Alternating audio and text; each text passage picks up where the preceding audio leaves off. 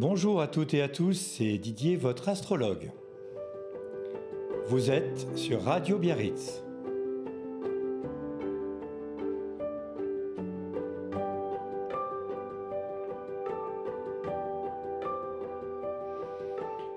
Dans la chronique de cette semaine, nous parlerons du thème natal à travers sa définition, ses grands axes de travail et d'exploration, ses objectifs principaux, les limites à respecter et les leçons principales à en tirer.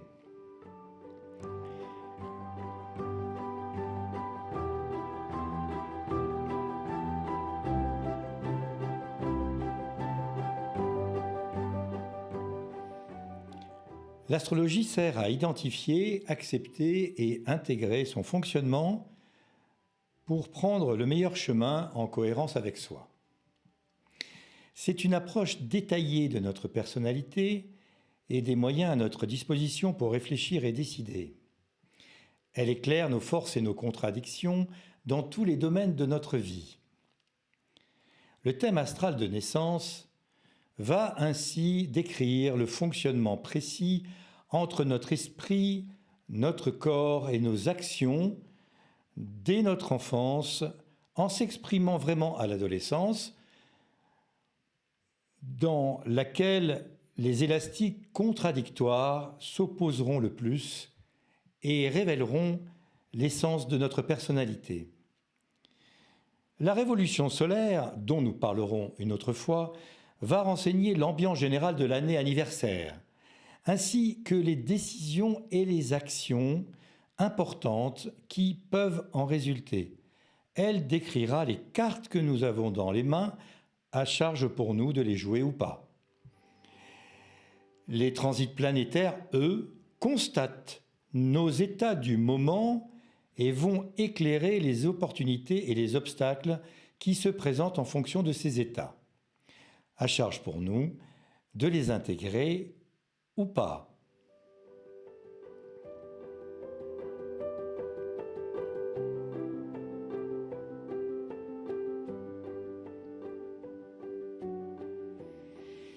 Un thème natal n'a jamais présidé au destin de quiconque. En effet, une multitude de gens nés à la même heure, à la même date, au même endroit, présenteront le même thème astral sans pour autant vivre les mêmes événements. Mais alors, que signifie un thème astral ?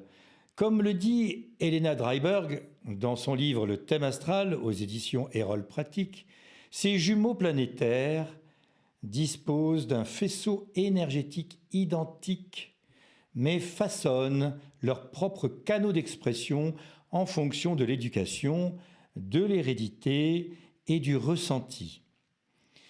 Le thème astral de jumeaux en est la parfaite illustration. Les enfants grandissent dans un milieu familial identique et, cependant, une perception différente des événements suffit pour provoquer des réactions divergentes. Cette liberté d'expression traduit le libre arbitre que les anciens résumaient par « les astres inclinent mais n'obligent pas ».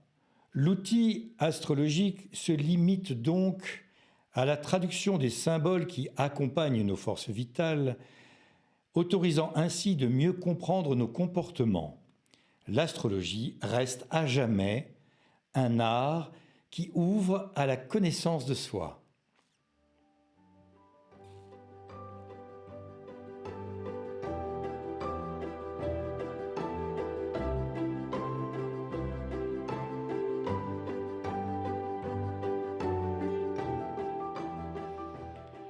D'autre part, existe-t-il un bon thème ou un mauvais thème ?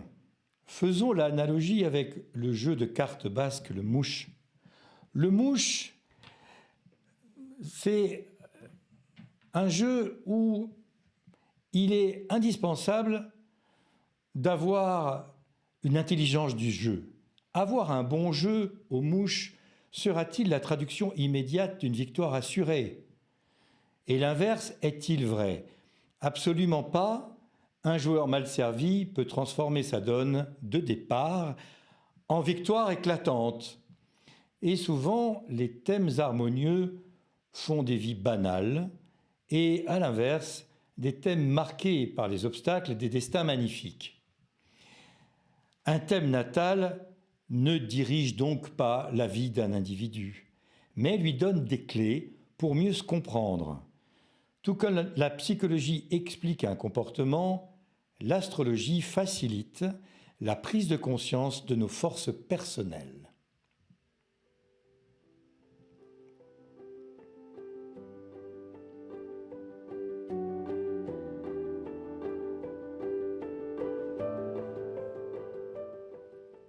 La logique astrologique est fondée sur l'interaction des signes, des planètes et des maisons.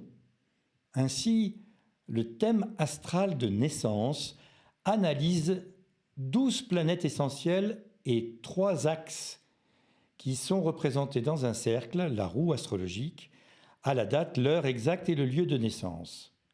Chaque planète est positionnée en face d'un des 12 signes du zodiaque, à l'intérieur d'un des 12 maisons astrologiques, d'une des 12 maisons astrologiques, définies par l'heure exacte de naissance. Chaque planète aura ainsi son rôle et son empreinte. Par exemple, Saturne, la stabilité ou la rigueur, Vénus, l'amour ou l'argent, Chiron, la blessure, Jupiter, la chance ou l'expansion.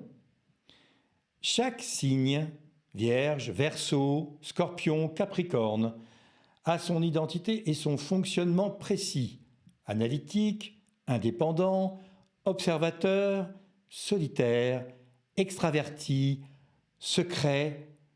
Toutes ces planètes vont ainsi réaliser entre elles des angles mathématiques et dialoguer entre elles.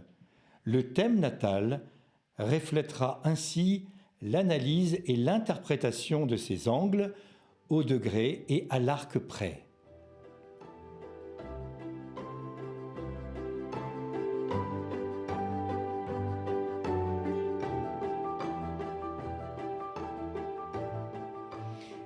L'analyse générale du thème natal consistera dans un premier temps à regarder la roue astrologique en vue d'avion, pour voir comment y sont réparties les planètes, dans quel coin particulier elles se nichent.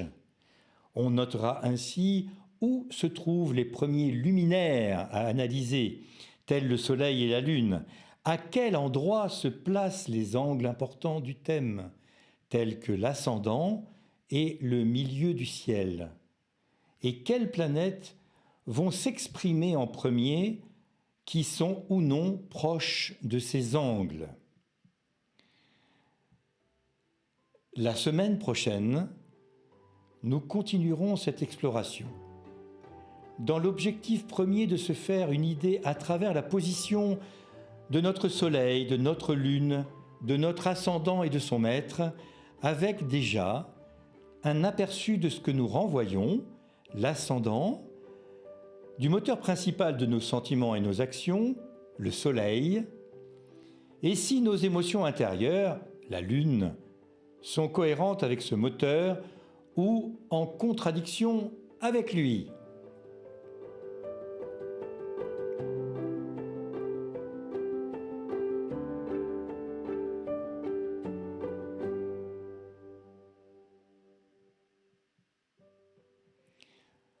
Retrouvez-moi sur Radio Biarritz, sur didier-astrologue.fr et sur les réseaux sociaux. À très bientôt.